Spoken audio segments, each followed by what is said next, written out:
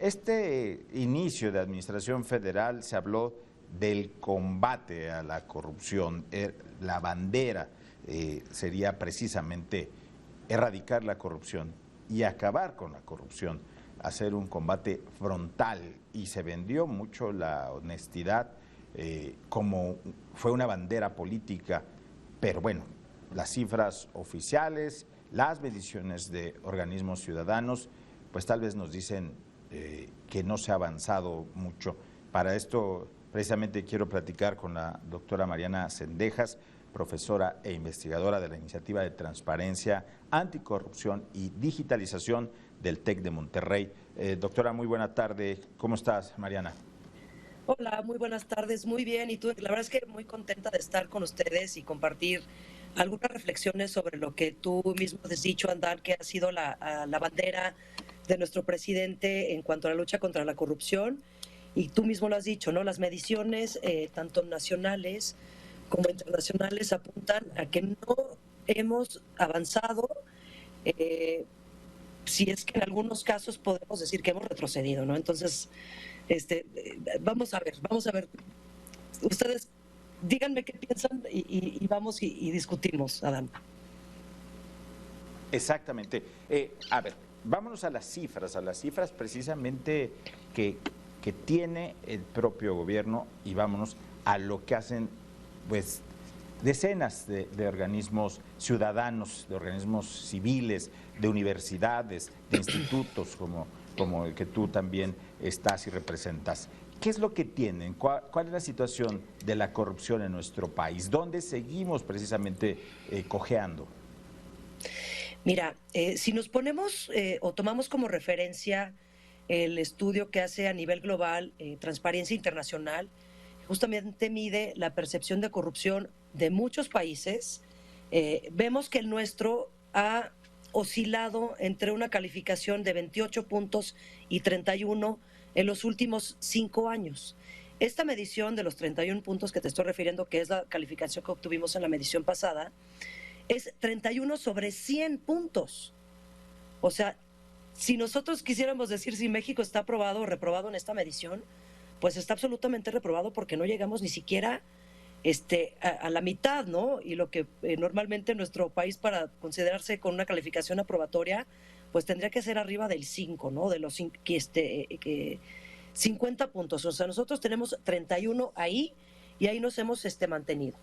Nuestro país, México, Adán, ocupa la posición 124 de 180 países.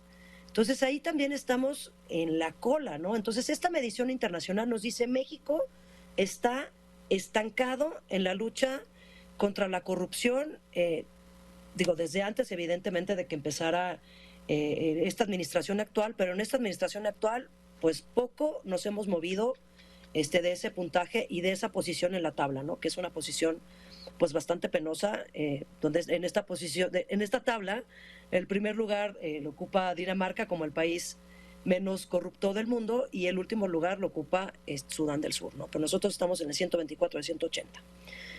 Otras mediciones ya en el ámbito nacional y una medición muy importante que no la hace, bueno, propiamente el gobierno, sino un organismo constitucional autónomo como es el INEGI, que es la autoridad en materia de estadística, de información geográfica en nuestro país, hace muchas mediciones que tienen que ver con corrupción, pero una de ellas, y que nosotros consideramos también un referente muy importante, es la encuesta de calidad e impacto gubernamental. Entonces, esta encuesta mide, Adán, tanto prevalencia como percepción. Entonces, la última medición que ellos hicieron, esta edición la hacen cada 2 años, pues es muy interesante, fíjate, porque sobre percepción de corrupción hay una ligerísima mejora. Aquí es cuando le preguntan a las personas, ¿qué tan frecuentes piensas que son los actos de corrupción en tu entidad federativa, ¿no? Entonces, les preguntan a las personas, obviamente por su entidad, y de esta calificación se hace un promedio nacional. Y en esta última medición que se publicó este año, en mayo de este año, en 2022, mide en 2021 y mejora la percepción en un 0.8%. O sea, pasamos de un 87% de personas que pensaban que los actos de corrupción eran muy corruptos a un 86.3%. Entonces aquí decimos, bueno, sí mejoró la percepción, pero bueno, una cuestión marginal, ¿no? Una cuestión que no podemos decir que es sumamente relevante, ¿no? Pero hay otras mediciones ya a nivel estatal que sí llaman mucho la atención. Y por ejemplo, en Querétaro, casi un 10% menos de personas percibió que los actos de corrupción eran frecuentes o muy frecuentes en su entidad federativa. Ahora, Dan, si nosotros nos vamos ya, no tanto a la percepción, sino la incidencia, ¿no? O sea, realmente a la experiencia de corrupción, al nivel nacional sí podemos decir que hay cambios significativos, ¿no? A nivel nacional, la tasa de prevalencia de corrupción, esto es, la tasa de víctimas de actos de corrupción por cada 100,000 habitantes, mejora en el promedio nacional en un 6.6%. Pero si nosotros miramos qué es lo que pasa en cada una de las entidades federativas, pues nos llevamos sorpresas, yo diría sorpresas pues alarmantes, ¿no? O datos alarmantes, no sorpresas. Por ejemplo, el caso de Tabasco, cuna de nuestro presidente y de nuestro secretario de Gobernación, y donde ahora se construye la refinería y una de las obras emblemáticas del presidente López Obrador, la tasa de víctimas por cada 100,000 habitantes aumentó en un 87.1%. Un 87.1% de esto que pues, es una barbaridad, es una locura. Yo no entiendo por qué en el momento en que salieron estas cifras, pues como que nadie hizo mayor aspaviento de este número, que es en verdad un 87.1% de aumento. Pues la verdad que a mí me parece alarmante, ¿no? Y con estos datos de aumentos muy significativos, está Baja California también, con un aumento del 71.1%, Michoacán con el 55.2%, y por ahí ya con un número no tan alto, Zacatecas con casi un 20%. Pero aquí también tenemos datos de entidades que van a la baja en esta tasa. No tenemos a Querétaro con un 25%, a Baja California Sur con un 30%, Durango con 27%, en fin, o sea, creo que no deberíamos solo quedarnos con los datos que nos arroja esta medición en el promedio nacional, sino que debemos también tratar de profundizar qué es lo que está pasando en las entidades federativas, que finalmente es donde nos arroja el dato de lo que sucede pues en el día a día, y que son los trámites que los ciudadanos y ciudadanas realizamos con mayor frecuencia, ¿no?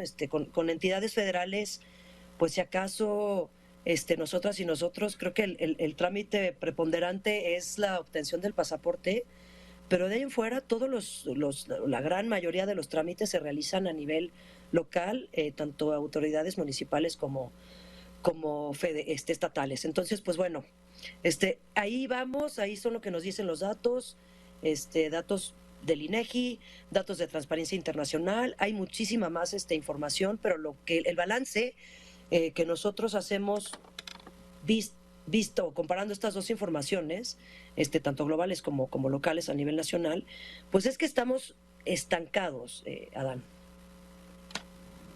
Oye, quisiera yo preguntarte, hay datos, por ejemplo, del IMCO en 2020 que de 205,000 millones aproximadamente de pesos de compras del gobierno, el 43% se hizo a través de una asignación directa.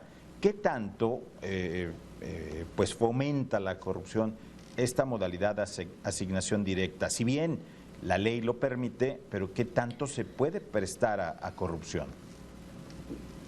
Bueno, Adán, nosotros, y obviamente somos grandes aliados también del IMCO, los procesos de contratación en el gobierno están precisamente dados por una razón, ¿no?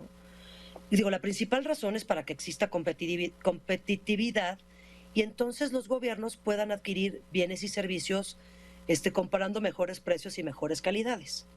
Cuando nosotros cerramos la puerta a estos medios de competencia que tienen los distintos proveedores para ofertar bienes y servicios al público, pues ya ahí estamos haciendo ya un primer daño al erario, ¿no? Porque no tenemos la oportunidad justamente de comparar entre muchas opciones para adquirir las distintas cosas que pueda necesitar el gobierno. Pero cuando además de eso se toma la decisión de hacer adjudicaciones directas sin antes justamente haber agotado los procesos tanto de licitaciones públicas como de invitación restringida, pues cerramos la puerta a esa competitividad y la abrimos absolutamente al tema de corrupción. Porque además son procesos cerrados que pocas veces se transparentan, no tenemos justamente información ni rendición de cuentas de por qué se llegó a la determinación de optar por este proceso de contratación y no otro, ¿no? Entonces, claro que es un grave riesgo, y no solamente es un riesgo, ¿no? Sino hemos visto, y como lo ha también documentado el IMCO, es que no solo se presta a situaciones de mayor corrupción, sino que se presentan. O sea, no es todo que se presuma que hay un riesgo, sino que efectivamente se dan casos de corrupción con este medio de contratación que decimos, ¿no? Pues claro, al cerrar la puerta a más ofertantes, pues yo puedo ponerme de acuerdo con el director de adjudicaciones, puedo hacer esto, puedo hacer lo otro. No hay testigos sociales que den seguimiento a este tipo de procesos. Entonces también, ¿no? Y hemos visto un aumento alarmante precisamente en este tipo de contrataciones y que deberíamos nosotros como sociedad pues estar mucho más atentos y exigir que se lleven a cabo las contrataciones por el medio de licitación pública, que es como se debería hacer. Ahora, como ciudadanos, ¿estamos interesados en las compras que hace el gobierno? ¿Hay un involucramiento de la población en general hacia los procesos que tiene el gobierno? Y si esto podría desalentar la corrupción. Mira, la verdad es que yo, desde mi experiencia, mi percepción, más bien, Adán, te lo voy a decir desde mi percepción, ¿no? O sea, como ciudadanos de a pie, o sea, no Mariana Sendejas, que trabaja en la iniciativa de anticorrupción del TEC de Monterrey, no tú, Adán Olvera, que eres evidentemente periodista y por supuesto que hay un interés natural de todos los periodistas por hacer seguimiento a estas situaciones, pues yo no lo hay. O sea, no lo percibo, no hemos logrado ni como academia, ni como activistas, ni como ONGs, tratar de que la ciudadanía en general se involucre en estos temas. Y también hay una explicación de fondo, ¿no? O sea, todos estamos preocupados, ocupados con en nuestro, ahora sí que nuestro survival mode, porque tenemos que ver cómo sobrevivimos a la inflación, tenemos que ver cómo sobrevivimos a la impunidad, tenemos que ver cómo sobrevivimos a la corrupción, que vivimos en nuestras propias experiencias, ¿no? Yo quiero ver cómo puedo manejar el tema de corrupción cuando voy a hacer el trámite para que me regularicen mi toma de agua, ¿no? Entonces no tengo tiempo para involucrarme en temas justamente de contrataciones públicas, ¿no? O sea, nosotros lo que intentamos, evidentemente, desde el Tecnológico de Monterrey y la iniciativa, pues es tratar de involucrar a más personas en estos temas, ¿no? Pero dime tú, ¿quién tiene el tiempo, ¿no? Luego el interés para seguir estos procesos que de por sí, los que más o menos hemos estudiado, son complejísimos y tienes que presentar una de documentación inmensa y entonces es complicado, es complicado. O sea, tendríamos primero que ver cómo es que logramos hacerlo un poquito más digerible, ¿no? Para los ciudadanos y ciudadanas, ¿no? Para que, por ejemplo, tengamos ahora sí que ejércitos de chicos, estudiantes de todas las licenciaturas involucrados en estos temas que pudieran ser nuestros testigos sociales. O sea, tenemos que encontrar la forma de ir involucrando a más ciudadanos en estos temas que realmente, cuando tú logras transmitir el mensaje de que no, o sea, de que sí importa que echemos ojo en estos temas porque finalmente los temas de corrupción nos afectan a todos, nos hacen tener servicios públicos de menor calidad, nos hacen tener menos camas de hospitales, nos hacen tener menos escuelas, nos hacen tener menos equipamiento para las escuelas. Cuando nosotros logramos comprender eso, entonces sí vemos la forma en la que estos actos de corrupción nos afectan a todas y todos en todo tipo de servicios y en todo tipo de ámbitos. Pues te agradezco mucho, como siempre, doctora Mariana Cendejas, profesora investigadora de la Iniciativa de Transparencia, Anticorrupción y Digitalización del Tecnológico de Monterrey. Muchas gracias, como siempre, por estos minutos con Mega Noticias MX. Un gusto, Adán. Quedamos siempre a las órdenes y gracias por tu espacio.